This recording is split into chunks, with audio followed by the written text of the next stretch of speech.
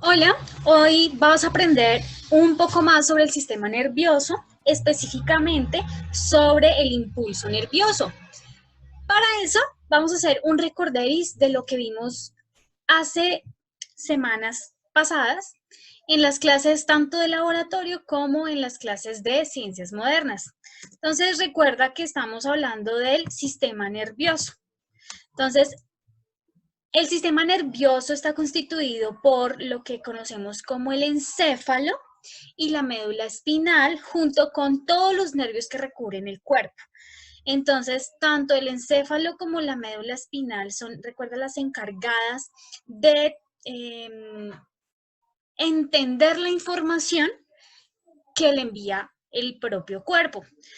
¿A través de qué medios recibe esa información? A través de los nervios que se encuentran en el sistema nervioso periférico. Entonces, el sistema nervioso periférico es, recuerda, todos los nervios que se encuentran en nuestro cuerpo, incluyendo la cara, las piernas, los brazos, las manos, y que responden tanto a acciones voluntarias del sistema nervioso somático como a acciones involuntarias del sistema nervioso autónomo.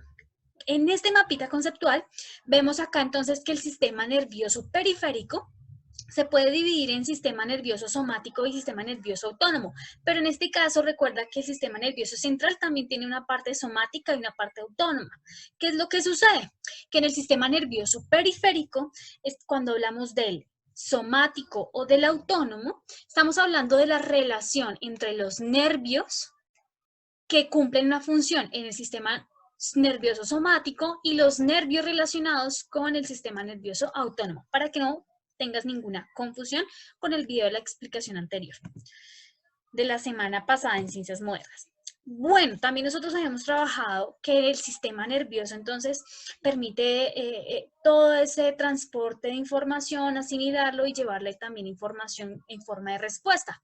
En ese caso hemos trabajado lo que eran los estímulos y las respuestas. Entonces recuerda que los estímulos son acciones o agentes extraños que van a generar una reacción en el organismo, en el individuo. Podemos encontrar estímulos internos, es decir, dentro de nuestro cuerpo, o estímulos externos, o sea, fuera de ellos, que provienen fuera de nuestro cuerpo. Ejemplo de estímulos internos están, por ejemplo, cuando tenemos hambre, entonces nuestro propio cuerpo nos indica, nos envía una señal indicándole al cerebro, pues que debemos consumir alimento. O cuando, por ejemplo, tenemos frío, nuestro cuerpo necesita mantener una temperatura adecuada, por lo tanto, empieza a tiritar, es decir, a generar movimientos para que aumente el calor corporal.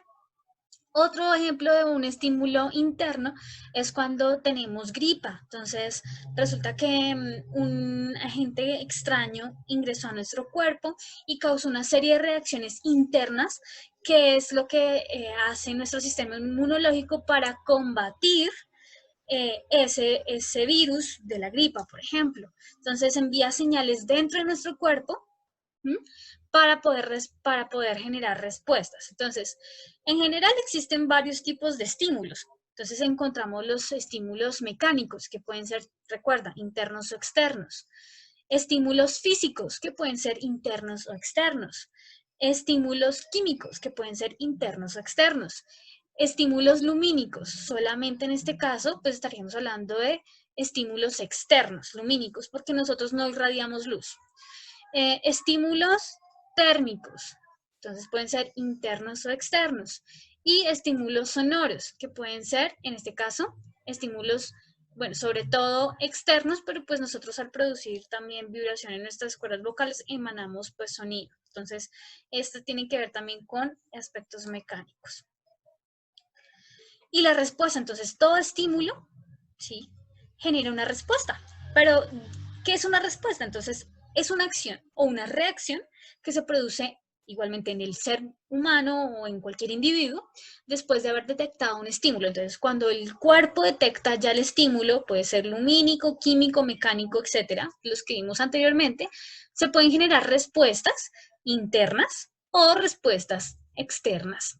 Entonces, dependiendo de la respuesta, si es interna dentro del organismo o si es externa. Entonces la respuesta se produce cuando el estímulo es aceptado, captado por un órgano receptor o una célula receptora. Entonces, ejemplo de órganos receptores. Entonces tenemos los ojos, los oídos, tenemos el tacto, tenemos el gusto. O células receptoras, ejemplo de células receptoras. Entonces hay células receptoras que detectan la luz, como son los conos y los bastones. Tenemos células olfativas, tenemos millones de células auditivas. Entonces, esas células también son células receptoras que captan un estímulo. Entonces, dependiendo del estímulo, hay un tipo de receptor específico para detectarlo. No podemos detectar ondas sonoras con los ojos, pero sí podemos detectar ondas lumínicas con los ojos, porque está encargado para ese tipo de estímulo. Existen en general este tipo de receptores. Entonces encontramos los quimiorreceptores, que son aquellos receptores que captan estímulos químicos, los mecanorreceptores, que son aquellos receptores que detectan estímulos mecánicos. Entonces, por ejemplo, cuando me apreté la mano, me presioné el dedo, me pellizcaron, o por ejemplo, me dieron una palmada, sentí un dolor, o bueno, ese tipo de sensaciones. Fotorreceptores, entonces son aquellos receptores que captan ondas de luz. Tenemos los receptores térmicos o termorreceptores, que son aquellos receptores que captan el calor. Tenemos los receptores electromagnéticos o eléctricos en este caso. En el ser humano no encontramos este tipo de receptores, pero hay algunos otros animales que sí los tienen. Y hay unos, por ejemplo, que son los magnetorreceptores, que son aquellos receptores que captan los campos magnéticos. Por ejemplo, algunas aves también pueden detectar los campos magnéticos y así poderse guiar en sus migraciones. Entonces, estos dos últimos, aunque no los tenemos los seres humanos, los tienen otros seres, como lo pueden ser aves o algunos peces. A ver, ahí tenemos acá respuestas. ¿Qué tipos de respuestas encontramos? Entonces está la inmunológica, como les daba el ejemplo, y las secretoras, que son las que producen, por ejemplo, nuestras glándulas y nuestro cerebro, como puede ser la hipófisis.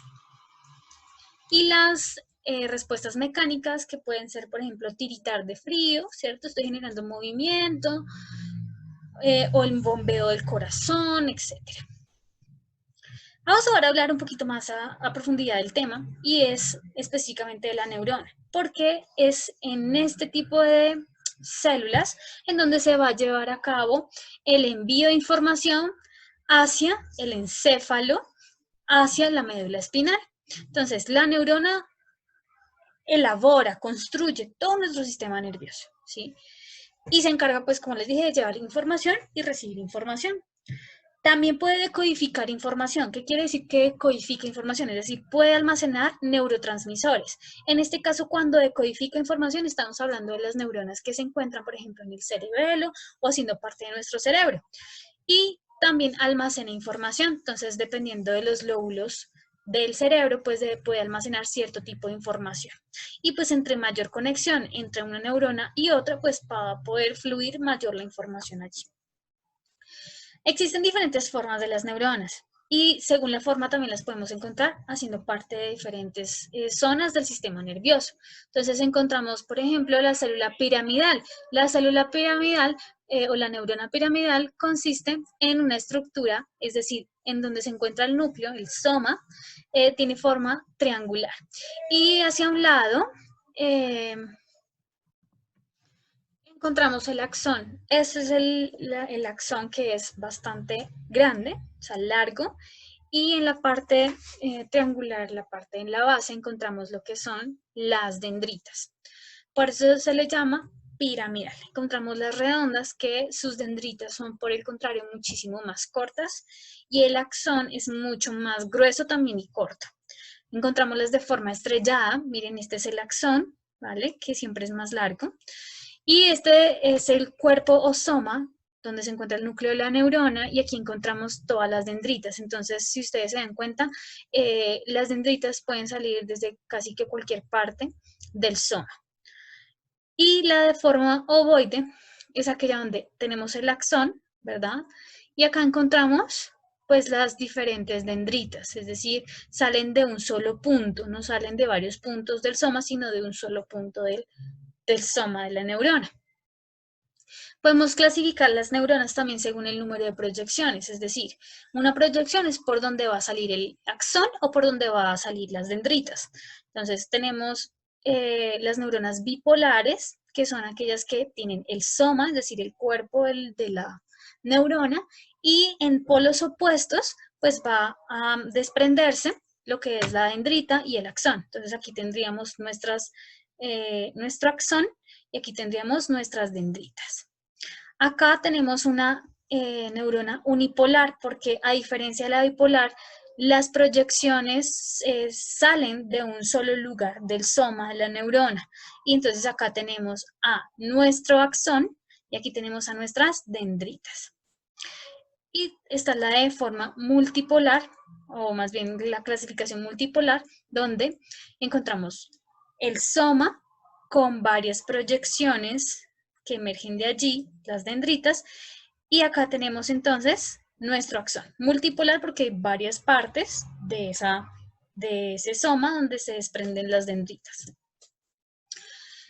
Vamos a mirar entonces ahora las diferentes funciones de la neurona. Entonces, hay neuronas sensoriales. ¿Qué quiere decir sensoriales? Son aquellas que se encargan de recoger los estímulos externos o internos, de los cuales habíamos hablado hace un momento, por medio de los receptores. Entonces, quimiorreceptores, mecanorreceptores, termorreceptores, todos esos receptores que vimos, quienes se encargan de recibir esos estímulos son las neuronas sensoriales. O sea, aunque hay muchas neuronas, no todas se encargan de lo mismo. Están las neuronas sensoriales que se encargan, como repito, de recoger los estímulos internos gracias a los receptores que hay en nuestro cuerpo.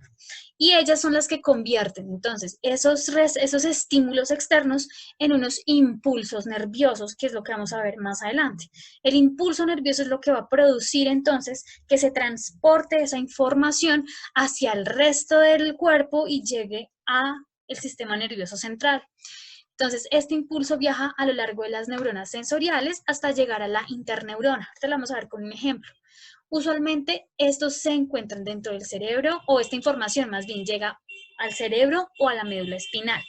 El cerebro interpreta entonces los impulsos de las interneuronas y pues envía una señal para resolver esa acción. Tenemos las neuronas motoras. En este caso, a diferencia de las neuronas sensoriales, estas neuronas sí tienen una relación directa con, por ejemplo, los músculos y las glándulas. Entonces, no llegan directamente al sistema nervioso central, sino que llegan o se conectan con los músculos, con los diferentes tejidos musculares y las glándulas. Entonces, también, pues estas se conectan a las sensoriales. Entonces, las sensoriales pueden llegar directamente al sistema nervioso central, es decir, al cerebro o a la médula espinal, pero también pueden conectarse con otra célula, por ejemplo, como la célula motora. ¿Cómo se conecta una célula sensorial a una célula motora?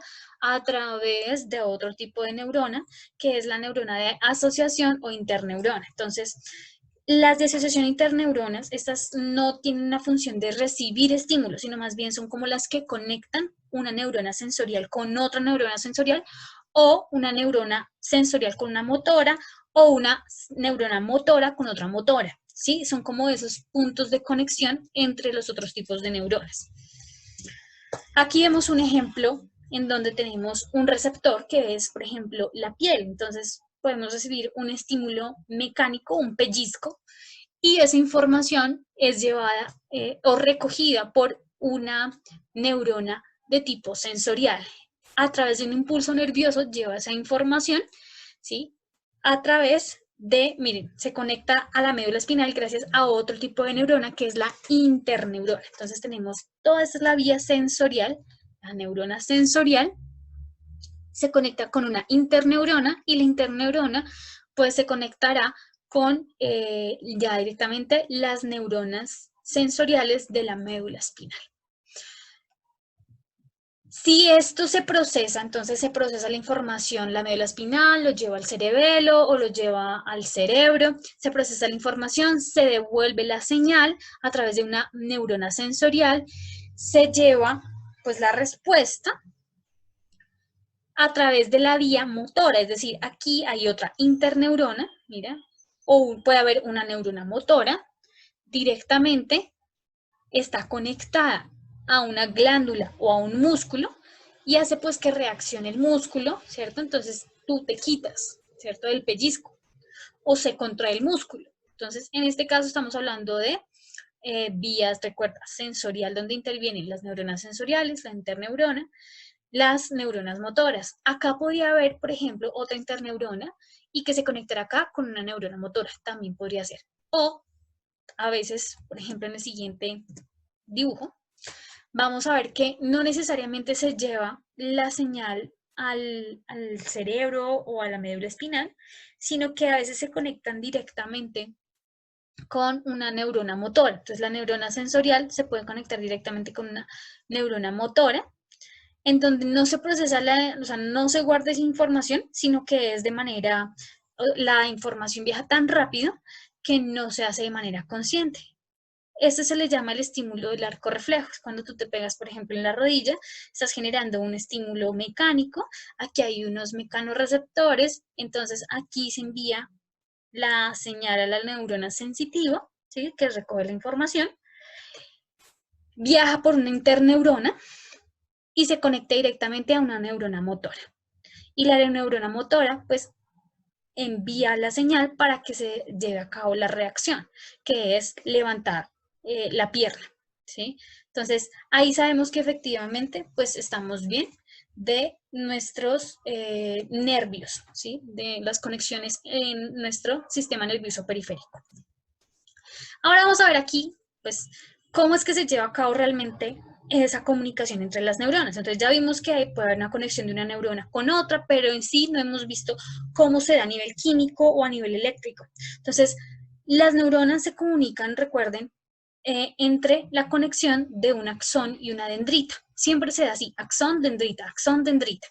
Entonces, pueden, según el tipo de conexión del axón y la dendrita, o según el tipo también de neurona, pueden haber entonces unas comunicaciones químicas. A ese tipo de comunicaciones las llamamos sinapsis. Cuando estamos hablando del sistema nervioso de comunicaciones de las neuronas, son una serie de reacciones que ocurren entre dos partes de las neuronas, axón dendrita. A eso se le llama la sinapsis. Y si esa relación o esa comunicación intervienen agentes químicos, se les llama, pues obviamente, sinapsis química. Pero si por el contrario ocurre una comunicación o una sinapsis donde no intervienen químicos, entonces se le llama una sinapsis eléctrica. Esos son los dos tipos de comunicación de las neuronas, la sinapsis química y la sinapsis eléctrica. Para la sinapsis química, entonces repito, se necesita un agente químico que envíe la señal. ¿Cuál es ese agente químico? Se le llaman como un neurotransmisor.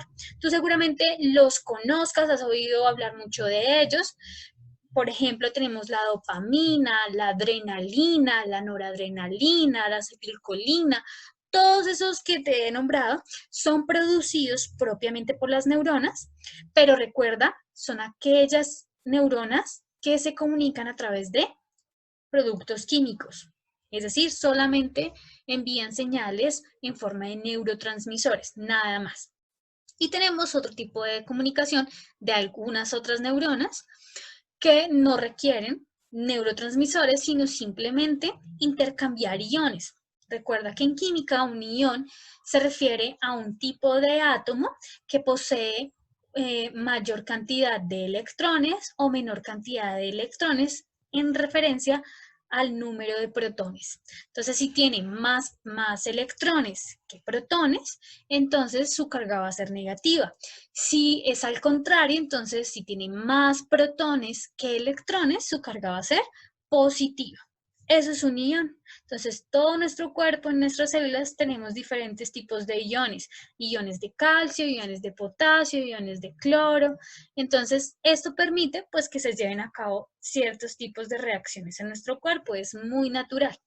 Sin embargo, en el ser humano es más común encontrar, o bueno, en todos los vertebrados, las vaquitas, los perritos, todos aquellos que tienen vértebras, casi siempre se llevan a cabo sinapsis químicas, es decir, donde nuestras neuronas producen más neurotransmisores.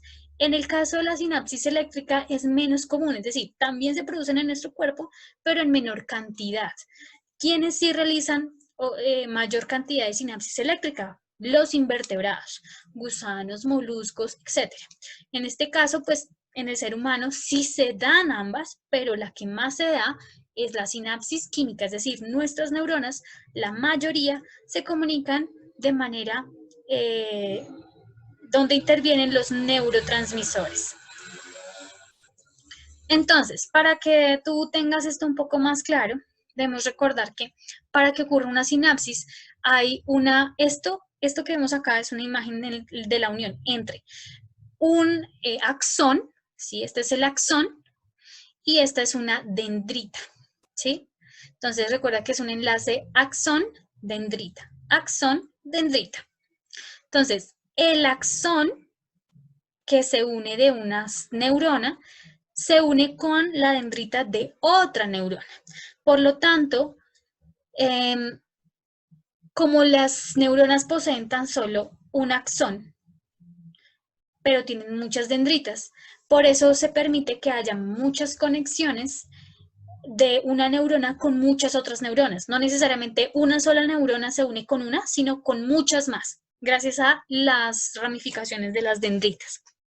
Entonces, acá en el lado izquierdo tenemos lo que ocurre en la sinapsis química. Y aquí en el lado izquierdo tenemos la sinapsis química. En el lado derecho tenemos la sinapsis eléctrica. Si te das cuenta, hay una gran diferencia. El axón de una neurona junto con la dendrita de la siguiente no están pegadas, hay un espacio. Entonces, este espacio se da a cabo cuando hay una sinapsis química. Pero a diferencia de la sinapsis eléctrica, ambas, el axón y la dendrita, están pegadas, están comunicadas. No hay un espacio tan grande como en la sinapsis química. Esa es una de las primeras diferencias. ¿Por qué? Porque la sinapsis eléctrica, ambas, tanto la neurona presináptica, es decir, el axón, junto con la neurona postsináptica, es decir, la dendrita, están de cierta manera compartiendo todo el tiempo la información eléctrica, es decir, sodio positivo, por ejemplo acá, con cloro negativo, supongamos. ¿Sí? Entonces, todo el tiempo sus sustancias, sus iones están siendo compartidos. Hay una conexión entre las proteínas de la membrana, de la célula o de la neurona presináptica y de la neurona postsináptica. Entonces, esto es muy rápido. O sea, la sinapsis eléctrica es muy rápida, precisamente por esto, porque están muy conectadas. En el caso de la sinapsis química, entonces, ¿por qué se da este espacio? Entonces, se da este espacio porque el cambio de información se da en una sola dirección. Es decir, el axón produce un neurotransmisor que se encierra en unas vesículas, que lo vemos acá, mira, eso rojito que ves aquí en esta bolsita, en esta burbuja, es un neurotransmisor. Ese neurotransmisor es como, hagan de cuenta, como una burbuja. Entonces, esa capa de grasa se va a fusionar con la capita de grasa de la membrana para que pueda salir el neurotransmisor hacia el espacio sináptico, que es esto, y llegue a ser captado por un receptor. El receptor que es el receptor del neurotransmisor. Entonces, hay muchos tipos de neurotransmisores. Por lo tanto, solamente aquellos receptores especializados en ese neurotransmisor pues son los que lo van a captar. No todos los receptores de la dendrita pues lo van a captar, solo aquellos especializados en captar ese neurotransmisor. Cuando ingresa entonces aquí el neurotransmisor, entonces la neurona va a llevar esa información a la siguiente, ¿sí? O va a llevar la información para generar una reacción inmediata en el organismo, ¿sí? Entonces, eso es lo que se da más comúnmente. Por ejemplo, cuando tenemos susto, cuando tú te asustas, tú liberas muchas endorfinas. Entonces, tú te asustas, generaste aumento en el ritmo cardíaco, ¿sí? Eso es producto de una liberación de un neurotransmisor hacia los vasos sanguíneos, hacia el sistema, hacia el torrente sanguíneo. Entonces, eso hace que el ritmo cardíaco aumente. Entonces, también puedes encontrar muchos tipos de neurotransmisores o sustancias que hacen que la neurona produzca más de esos neurotransmisores, lo capte la dendrita y produzca ciertas sensaciones. Entonces, por ejemplo, de susto, de amor, de nerviosismo, de cansancio, ¿sí? Hay muchos tipos de neurotransmisores que generan diferentes tipos de reacciones. Quienes pueden incrementar este tipo de producción de neurotransmisores son las drogas. Entonces, por ejemplo, encontramos la marihuana, la cocaína, las anfetaminas, etc. Ellos son encargados de modificar los tipos de estímulos y químicos que entran a la célula para que se produzca un neurotransmisor y haga generar una sensación. Entonces, esto que acabamos de ver se le llama una sinapsis. Entonces, recuerda, una sinapsis química donde intervienen neurotransmisores, es captada por una dendrita o una neurona postsináptica, postsináptica, a través de unos receptores de membrana. Y la sinapsis eléctrica se da en doble vía, es decir, tanto la neurona postsináptica como la presináptica comparten información de tipo de gradientes de concentración eléctrico a través de iones. Para que lo tengas aquí un poco más claro, entonces mira, tenemos aquí, por ejemplo, una dendrita con otra dendrita, se puede llevar a cabo intercambio de iones de sodio y potasio a través de la unión prácticamente de sus membranas. Aquí tenemos la sinapsis química que se da siempre entonces entre axón, dendrita, hay un espacio, no están pegadas totalmente, hay un espacio de separación donde aquí pues obviamente hay agua, hay azúcar, hay sales, hay sodio, potasio, cloro, etc. Entonces, estos son los neurotransmisores y esos son los receptores. Miremos cómo se da el impulso nervioso. Entonces, nuestras células nerviosas, llamadas neuronas, independientemente del tipo que sea, si es sensorial, si es motora o si es interneurona, todas, absolutamente todas, poseen una carga. Entonces, la carga de nuestras células interna es una carga negativa y la carga externa, donde están las neuronas, es una carga positiva. Cuando hay el envío de un estímulo externo o de un estímulo interno, la neurona, repito, independientemente sea cual sea, la que capta la información, pues obviamente la sensorial, envía un impulso nervioso. Y el impulso nervioso quiere decir que hay una despolarización de las cargas de la membrana. Entonces la membrana adentro, recuerda, mira, es negativa. Lo que hace entonces es que se despolarice. Entonces, aquí hay una serie de iones positivos y aquí una serie de iones negativos. Lo que hace es que se intercambien. Y esto se va a transmitir por todo el axón, y este axón, pues esto va a seguir corriendo, hasta acá, y el axón va a seguir llevando esta información de despolarización hacia las dendritas. En el botón axonal, es decir, en la punta del axón, ahí es donde entonces se van a producir los neurotransmisores. Este impulso nervioso hace que ocurran unas reacciones químicas dentro de los botones axonales y se produzca lo que conocemos como el neurotransmisor. O, en su defecto, si no hay neurotransmisor, si es una sinapsis eléctrica, entonces se lleva a cabo ese intercambio de iones. Entonces, mira, por ejemplo, acá tenemos fuera de la membrana, ¿sí? Perdón, fuera de la membrana está acá, dentro de la membrana está acá. Si tú te das cuenta, afuera hay mayor número de iones de sodio positivo que adentro. Entonces, aquí tenemos mayor carga positiva. Y dentro del axón tenemos también iones negativos, que ellos no pueden salir, son muy grandes, entonces no pueden salir. Lo que hace que adentro, pues, al haber cargas negativas, pues haya una mayor carga negativa dentro de la célula que fuera.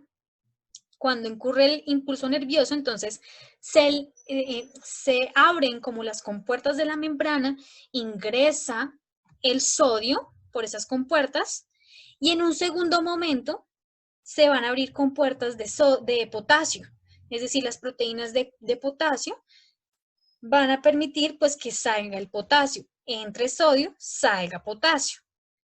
¿Qué sucede?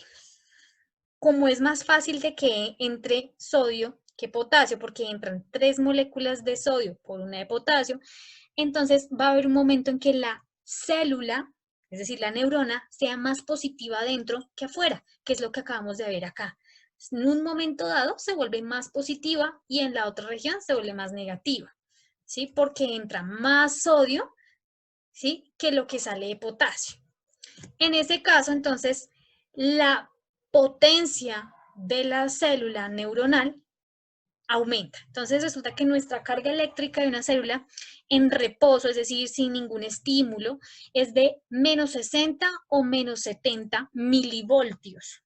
Cuando la célula cambia de polaridad, es decir, se vuelve positiva en vez de negativa, cuando alcanza el umbral, es decir, el umbral es como la meta para que pueda llevar el impulso, es de menos 55 milivoltios. Cuando supera los menos 55 milivoltios es cuando esa señal se envía a la siguiente neurona. Si la cantidad de estímulos no supera los menos 55 milivoltios, pues se queda ahí la información y no la pasa a la siguiente. Entonces, eso es lo que le llamamos como el potencial de acción. Potencial de acción es la capacidad que tiene una neurona de pasar la información a otra cuando supera los menos 55 milivoltios. Aquí está explicado un poco más pues cómo se da ese proceso, pero en resumen consiste en que los iones, ¿cierto? Pues se van, eso no es eterno, el impulso no dura toda la vida, no, eso es en cuestiones de milisegundos. Entonces, todos estos cambios que ocurren en la membrana, tanto externa como interna de la célula, se lleva en microsegundos, milisegundos, y hace pues entonces que la señal sea enviada muy rápido hacia la siguiente neurona. Como pasa rápidamente, esa despolarización no dura, pues la célula vuelve a repolarizarse, es decir, vuelve a estar en equilibrio. Entonces hay un transporte que ustedes vieron en séptimo que se llama el transporte activo, en donde interviene energía, que es ATP, para que pueda ingresar lo que más hay dentro de la célula. Entonces, si hay mucho dentro de la célula, alguna sustancia, necesito entrarla más, pues va a ser más difícil, necesito energía para que entre. Entonces, esto es lo que ocurre al final, una bomba de sodio-potasio para que ingrese el potasio que salió, pero necesito que entre y que salga sodio. Sodio que hay mucho, necesito que salga. Entonces, para que vuelva al equilibrio de la membrana, que se encuentre en estado negativo y afuera de la célula se encuentra en estado positivo para que vuelva a ocurrir luego el proceso de el impulso nervioso y la sinapsis. Entonces, espero hayas entendido cómo ocurre entonces el impulso nervioso para que se lleve a cabo tanto la sinapsis eléctrica como la sinapsis química.